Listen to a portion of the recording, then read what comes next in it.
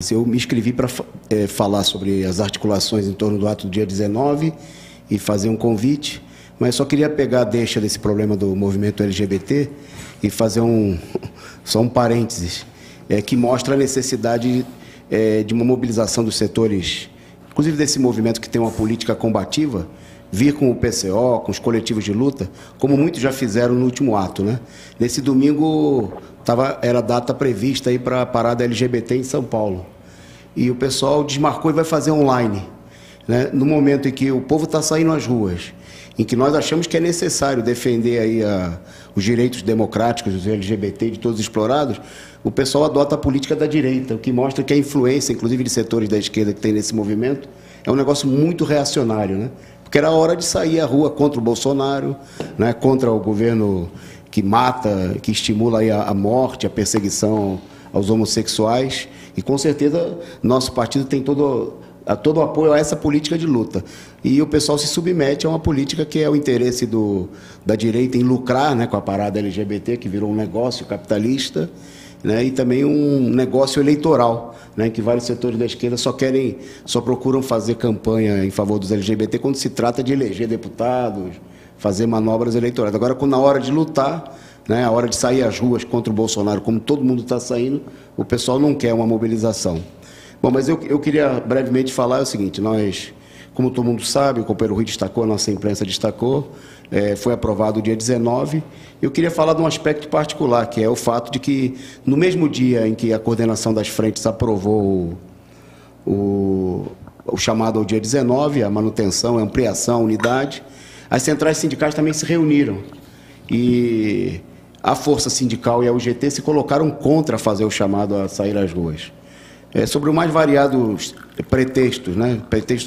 Pelego que não falta é arrumar pretexto. Então, a Força Sindical falou que os movimentos estavam querendo impor uma data e que não iam aceitar. Mas eles já mostraram que eles estão contra a mobilização.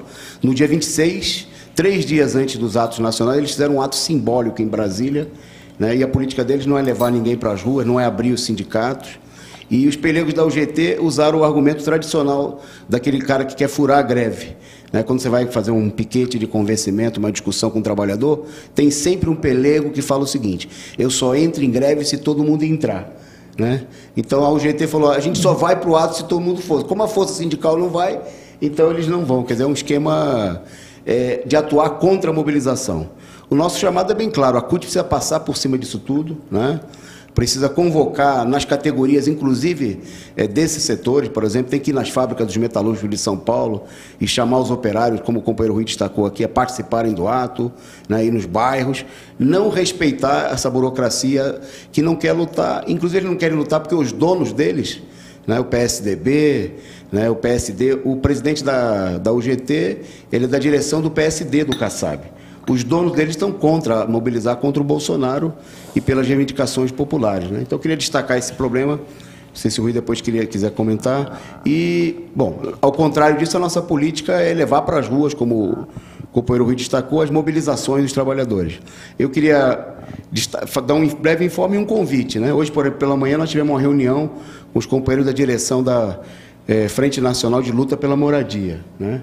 E os companheiros expressaram um acordo de ir para as ruas, justamente levando as reivindicações populares, né, de chamar a luta, de acrescentar os eixos importantes que existe, a luta contra o despejo, né, a luta em defesa de mais verbas para a moradia, né, que é um problema grave do povo. Nós achamos que isso é o que tem que ser feito, né? Nós temos que ir para as ruas com as reivindicações, com os eixos já apresentados, com as reivindicações populares. E no próximo sábado nós vamos fazer uma plenária, né?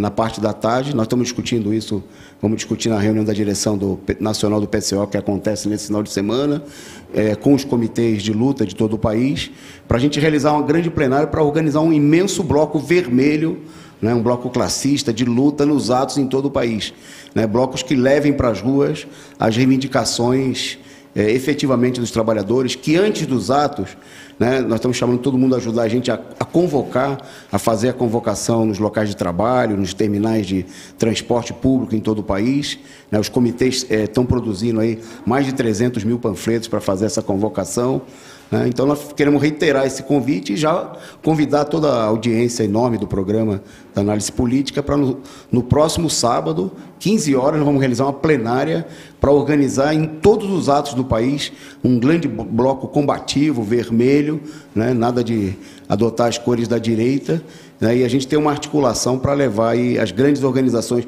com todos os companheiros do PT, da CUT, que queiram adotar essa política, dos vários movimentos de moradia. É hora, né, de arregaçar as mangas e pintar as ruas de vermelho e dar força a esse movimento. Então, plenária no próximo sábado, dia 12, às 15 horas. É isso.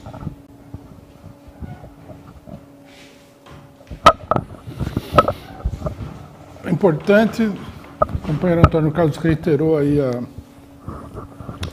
uma necessidade fundamental desse momento, que é que nós temos que ir aos trabalhadores, ao povo, e ampliar a mobilização. Não podemos ter uma visão restrita da mobilização. E fica aí o convite para a plenária, que é uma plenária promovida pelo PCO, mas aberta a todos os interessados, que vai ser feita em parte presencial, em parte virtual, no próximo sábado.